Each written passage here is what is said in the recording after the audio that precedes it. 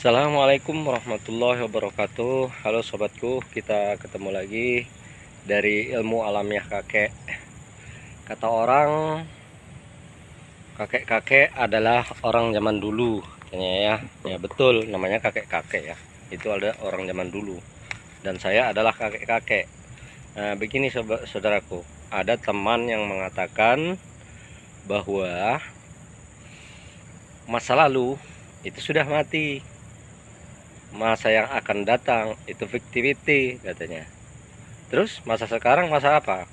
Masa sekarang adalah masa yang bisa kita nikmati, kata kawan.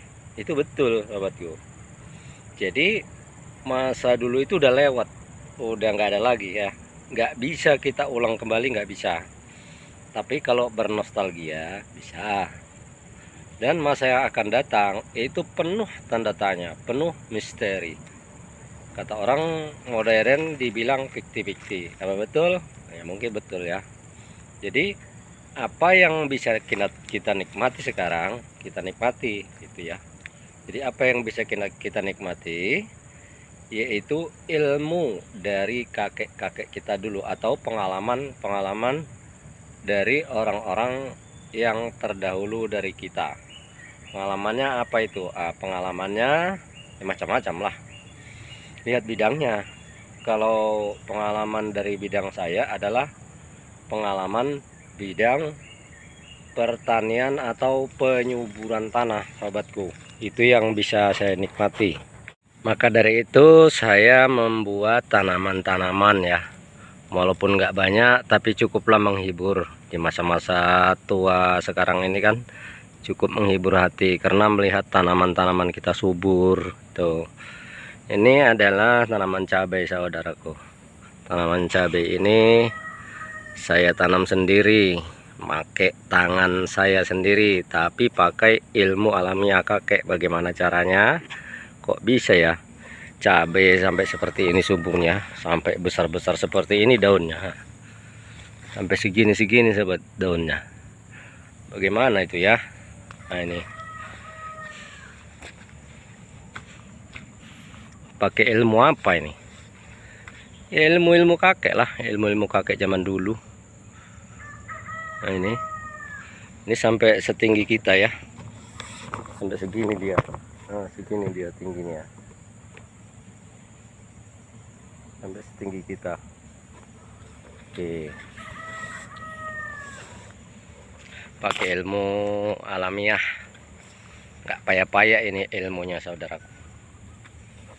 Ini tulan buahnya lebat sekali ini sobat, tuh sangat lebat. Ini varietas lain ya, ini varietasnya beda sama ini varietasnya beda. Kalau ini cabai putih, tapi dia yang bentuk buahnya besar ya. Kalau ini cabainya, nah ini dia, ini berwarna hijau, varietasnya juga beda. Ini beda-beda semua nih. Ini cabai yang berwarna putih, ini juga, nah ini juga, nah ini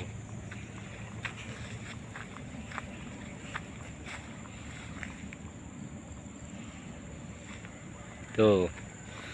Jadi ilmunya apa ya kek? Kok bisa sampai seperti ini subur-suburnya ya? Pare juga sampai subur seperti itu.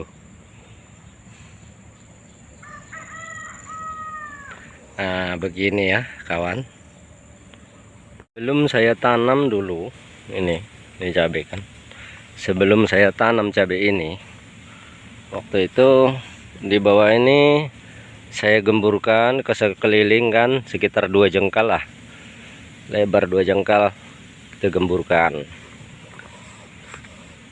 Lalu setelah digemburkan, dicampur sama pupuk kandang yang udah kering ya, udah jadi sampah, artinya dia udah hilang lah amoniaknya, kohik alias kotoran hewan, hilang amoniaknya. Lalu saya gemburkan di sini sekitarnya ini aja, terus saya campur pupuk kohe tersebut sama tanah, dicampur sampai baur. Nah, begitulah setiap lubang saya bikin semuanya. Setelah itu disiram, jangan ditanam dulu ininya, cabenya disiram. Lalu 3 hari kemudian itu baru saya tanam cabenya, baru saya tanam satu gitu kan. Ini satu-satu semua sobat, satu lubang satu lubang satu. Nah, setelah siap tanam sekitar umur 1 bulan, ini kan cabai berbaris sobat ya. Ini adalah cabai berbaris, ini barisan sebelah kanan dan ini barisan sebelah kiri. Di tengah-tengahnya ini itu saya beri kotoran hewan lagi, saya taburkan mulai dari sudut sana sampai kemari, sampai ke ujung sana. Lalu saya cangkul kembali bersama kohe tadi agar bercampur dengan tanah. Lalu tanah yang dari kanan sana saya timpakan ke tengah, tanah yang dari kiri saya timpakan ke tengah. Maka ini parit, ini seperti parit ya sekarang ya. Ini seperti parit, padahal ini bukan parit nih, karena tanahnya saya keruk ke tengah, makanya seperti parit gitu. Jadi di sana tinggi, di sini rendah gitu. Tadinya sama, tingginya sama tadinya, sekarang jadi sana tinggi, sini rendah gitu. Karena terbukti kalau pohon cabai itu nggak tahan rendaman air itu. Kalau bisa dia itu kering, tapi nggak apa namanya, dia harus lembab tanah itu tapi nggak basah gitu. Kalau cabai begitu. Karena ini saya belajar ya sobatku ya, mungkin yang senior ini udah tahu lah nanti bagaimana hasilnya, atau pas atau enggak tentang karya saya ini, karya yang mencontoh dari ilmu nenek moyang ini. Itu nanti yang senior tolong di kolom komentarnya ditulis bagaimana, apakah cara ini betul atau tidak gitu ya. Oke, sekedar demikian pengalaman yang bisa saya bagikan. Mudah-mudahan bermanfaat bagi yang memang belum tahu.